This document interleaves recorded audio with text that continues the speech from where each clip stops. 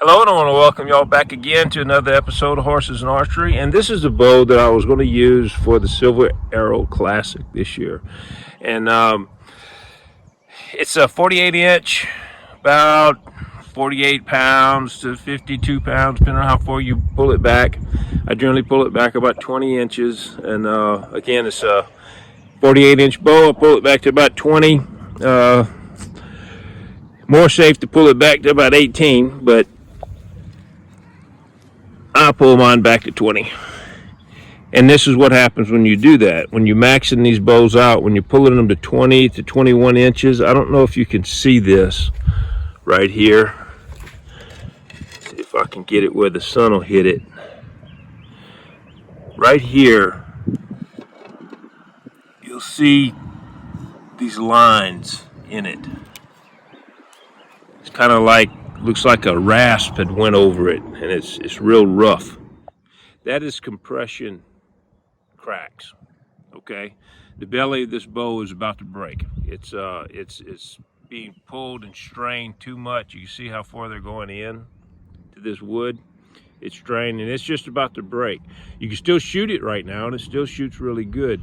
But if I were to continue shooting it this way, it would break, or it would just get so weak that that it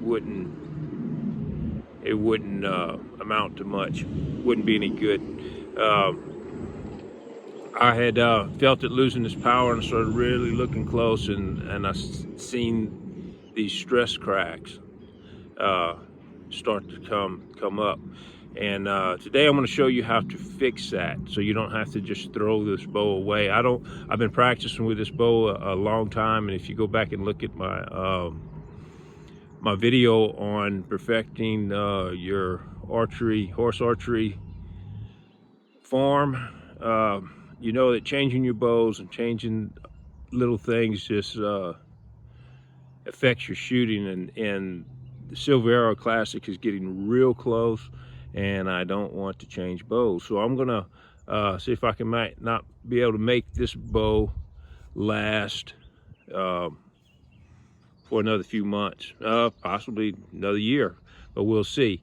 But anyway, I'm gonna show you how to fix this. Now, this is a piece of Bodark, or Osage orange, that I shaved off of another stave, and was just laying around in the yard. I generally keep all my shavings for to start my fires in my barbecue pit and stuff. But anyway, what I'm going to do is, you see how thin this is? I'm going to sand this down smooth, and it's going to make it even thinner than what it is. It's just going to be a thin piece of Osage. And what I'm going to do is I'm going to make this to where it'll fit right here. Okay? Right over these stress fractures. Okay? And or compression fractures is what they are. Probably this big. I'm going to sand that down smooth. I'm going to kind of rough this up, and glue this to the belly of this bow. Okay, so this is it. This is the piece. I went ahead and sanded it out of this. Cut it out of that, sanded it down smooth, beveled the edges, and if you notice how thin it is, it's really thin. I don't want to change the tiller of this bow if I can help it. And or it's going to change a little, but I want to change it as little as possible. And I went ahead and tapered the ends down. You can see right here where they go into kind of a smooth taper there. And what I'm going to do is just place it right over these cracks like that. And I'm going to glue it. Now you can use hide glue, or you could use Elmer's wood glue. I'm wanting to start practicing just right away, so I don't want to wait for a month for the hide glue to cure and dry. And so I'm gonna go ahead and use Elmer's wood glue, and it'll be ready tomorrow.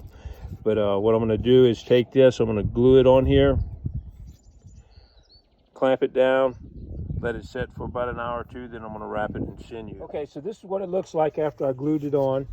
I just clamped it on there, left it for about an hour. You can see how the glue's not completely dry, but it's stuck pretty good. So what I'm going to do now is I'm just going to smear Elmer's glue on this thing. I just smear it all the way around, just like this. I'll use real sinew, not artificial sinew. And to wrap this, now I had a piece in my mouth, but I'll just wrap it like this. I'm going to have to use 2 hands, but just to show you, I'll just wrap it all the way around, just like this. And I'll wrap sinew the whole length of this patch. Okay, I have the sinew wrapped around it. You can see, looks a little rough because the glue's not dry, but it really does finish off to be a pretty neat job. This is where I wrapped the center of the bow. That's basically my handle. I put my finger right here. This is real sinew, in case you're wondering. The raised part in the middle is artificial sinew. But just to see how that looks, what it's going to look like when it's finished. But I'm going to let this dry overnight, and then tomorrow kind of clean these pieces up just a little bit, or leave them, just whatever you feel like doing, and then it'll be ready to shoot. I do use real sinew, okay? I don't use artificial sinew on these patches. The reason why is the artificial sinew won't draw up and get real tight. It doesn't really offer a whole lot of strength to the limb, where this sinew, not only will the wood add added strength for compression, but the sinew will add strength to it. Sinew is not really good for compression, but when you wrap it like this, it will be, compressing against itself, and then you have the strength of the glue that's in there with it also.